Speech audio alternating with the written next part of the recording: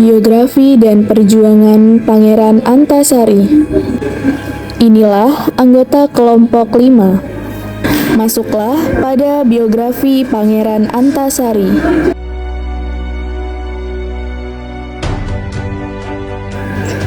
Pangeran Antasari dilahirkan di Kayutangi, Kalimantan Selatan oleh seorang ibu bernama Gusti Hadijah dan ayah bernama Pangeran Masahut pada tahun 1809.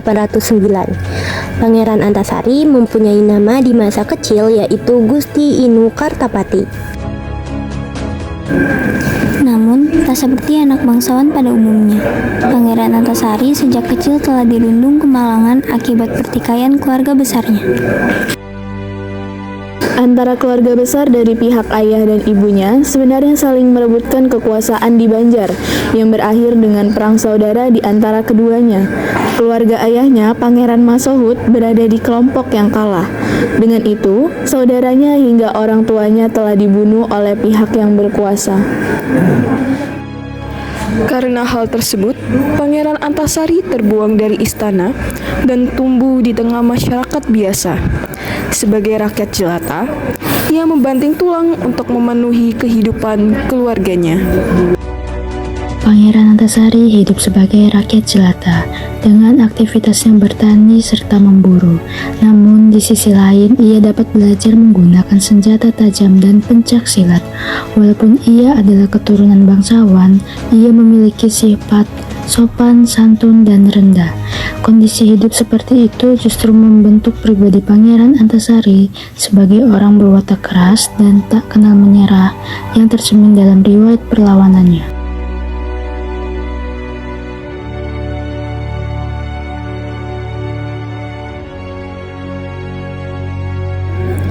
Perang Banjar atau Perang Banjar Barito adalah sebuah peristiwa sejarah di mana rakyat Kalimantan, khususnya Kesultanan Banjar, berperan melawan para penjajah Belanda.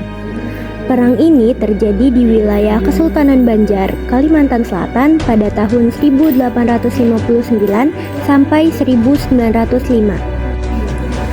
Pada 14 Maret 1862, Pangeran Antasari dinobatkan sebagai pimpinan pemerintah tertinggi di Kesultanan Banjar dengan memiliki gelar Penembahan Amiruddin Khalifatul Mukminin yang diartikan sebagai pemimpin pemerintahan panglima perang dan pemuka agama tertinggi.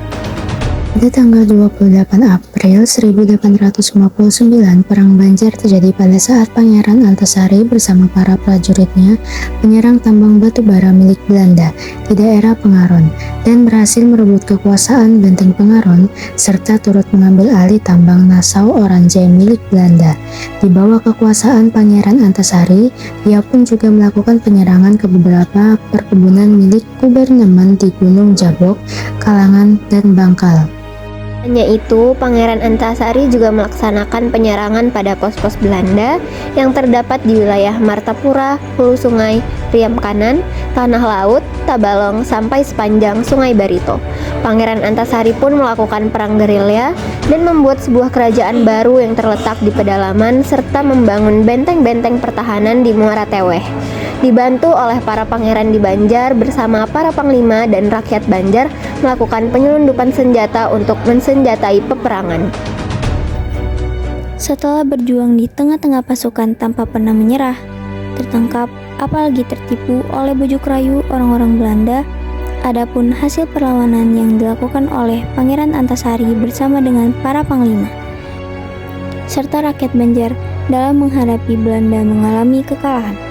Meskipun usia Pangeran Antasari sudah tua, sebetulnya ia tidak pernah berhenti berjuang untuk melawan para penjajah.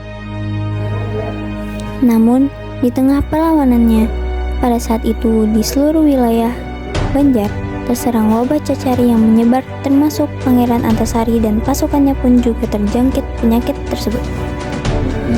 Hingga akhirnya, pada 11 Oktober 1862, Pangeran Antasari meninggal dunia.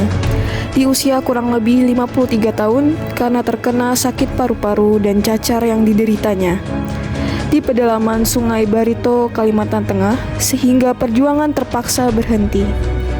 Awalnya beliau dimakamkan di Taman Makam Perang Banjar, Banjarmasin. Untuk penghargaannya, Pangeran Antasari kemudian dianugerahi gelar Pahlawan Nasional Indonesia.